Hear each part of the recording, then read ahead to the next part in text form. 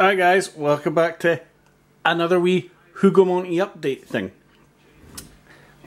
I just remembered when I was gluing this on the other night that I hadn't actually shown you how these go on. So I thought it'd be cool to show you how these little things work. If you can see that there. These little things work to make this. It's actually pretty straightforward. But I'll just show you anyway.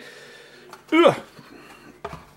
So there's our plain roof, and obviously all we're doing is gluing on the rows of shingles or slate or whatever you want to paint them up as. Hopefully Chris will put a link up to these things because I'm not sure where they are in his shop, or even if they're on the shop, to be perfectly honest.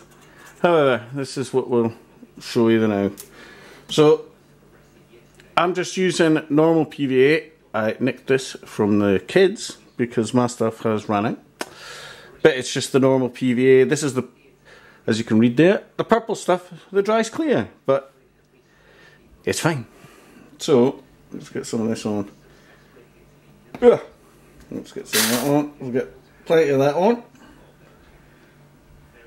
There's no need to do it all in a one kind of go, but plenty on is good.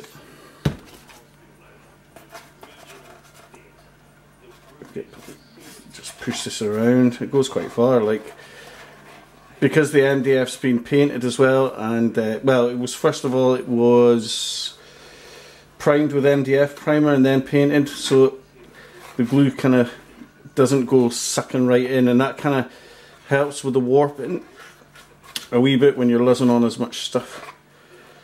There you go, see, it goes miles. One cool thing about this I noticed when I first did the tiles on the other stuff was the already kind of etched on detail on the roof itself. It's actually pretty handy because you can actually use that for lining up the tiles. If it was a plain roof, it'd actually be pretty annoying and probably quite difficult, to be honest. So because it's got the etched on slate pattern, or it's kind of like squares in this one, you can use that to kind of marry things up, which is neat. So we've got a load there, plenty.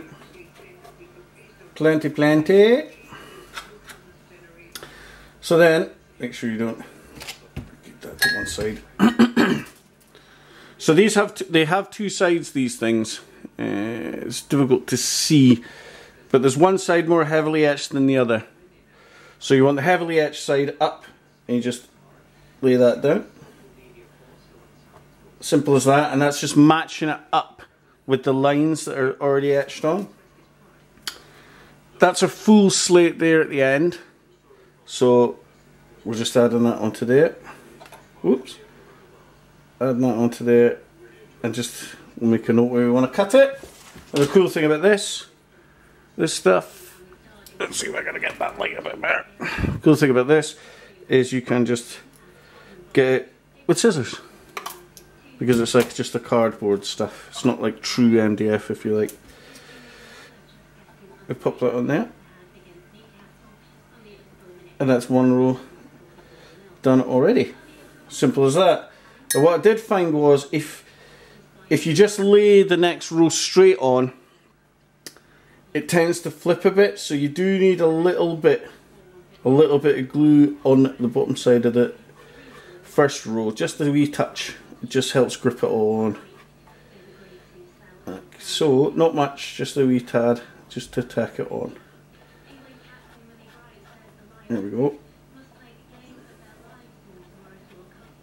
Easy as that. And then the next row, we're wanting to split the gaps, like split the slate underneath. So he's also got half tiles, you'll see in a sec. So lay that over it,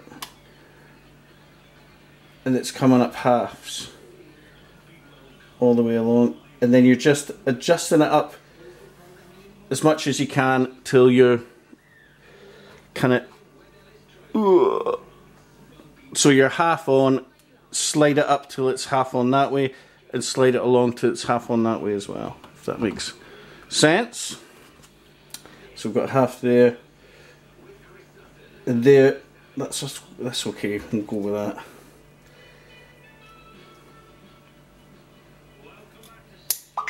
So there we go, next one.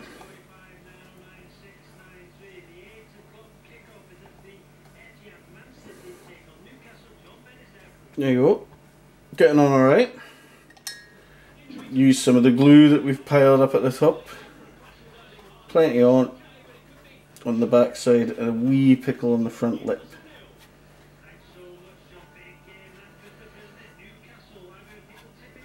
We're not doing too bad here. So yeah, on we go. So again, we're starting with a full one. So it is one of these. So a full one. Chris might be able to tell us how many actual different cuts he's actually got. Well, that's on there. On there. We can get that full one onto there.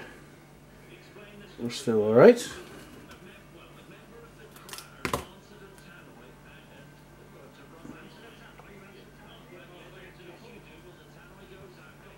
So we're starting to get a bit, we're starting to catch up a bit on them ones. So what we'll do this time, some more, just like if you're doing, just to kind of break those joints up. So just if you're building like a real wall or something else, because we've got all the cuts on one end at the moment, all our cuts are on this side. We'll change it up a bit and we'll run this way like that, so that we don't have a joint here running all the way up, if you know what I mean. So pop that on there and we'll go a full one on there. It's nice, yeah.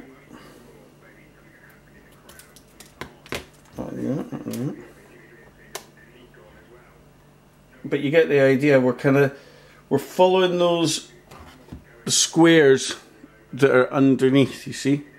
You see how quickly that's coming together? Quite amazing. As I say, I'm not too sure how much these cost, but hell, if you're thinking about the time saved, I mean, what are we, a quarter of the way up the roof? Probably only used, in total, probably only used 6 sheets so far, maybe. So we'll break it up again. We'll come from the other side. Keep it interesting. I need a nice full one there. Yeah. Make sure you get the right way round. And there we go. Nicely breaking, and just making sure that you're sliding them down a bit so that they don't sneak too far up, and then you're exposing the, because the cuts don't run all the way up, so you want to make it overlapping just enough, if you know what I mean. So anyway, yeah, that's that, and that's all that is. Quite simple, but highly recommend sprucing up any buildings with these things. Just keep running them up, keep running them up. Then the important thing is to make sure you put something heavy on once you're finished. So once you've got right to the top, then you make sure that, like, finish it like that, cut them in. We'll look at these things in the next one. That's an easy one to do. And just make sure you have it nicely weighted down with something. I've got a weight here that I was using here, but this weight here is actually faulty. I'm going to need to take that one back to the shops. Not really suitable anymore, that one. It was alright last night, it was fine, and then today it's obviously not going to work. Maybe these are just one-use weights, I don't know. Or, I mean, I'm not going to ever suggest you would fill such things with water, I mean, God's sake. But that's important that you press all that down, otherwise they do kind of flip up. You can see they're just starting to lift a bit. So once I get that finished, I shall endeavour to get some weights to hold that down. But aye, doesn't it look brilliant? And then we'll see how they come up with. Going to just use just the lovely Halford's grey spray again, and then we'll just dry brush these up. And then the ridge, we'll sort out the ridge in another wee quick video, but that's not a problem to do either. It's quite an easy one too. But aye, so there you go. I'm thinking that for the ridges too, just well, we're on about roofs. Ugh.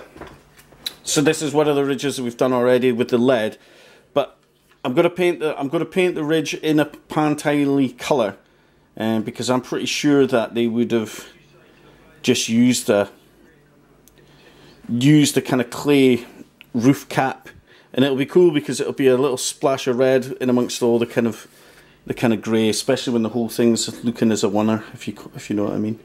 But yeah, that's how quick these are. Very impressive piece of stuff. Then worked really well. So yeah, I'll carry on with this, and then yeah, we'll see how the ridges go. But yeah, cool. I'll see you on the next video.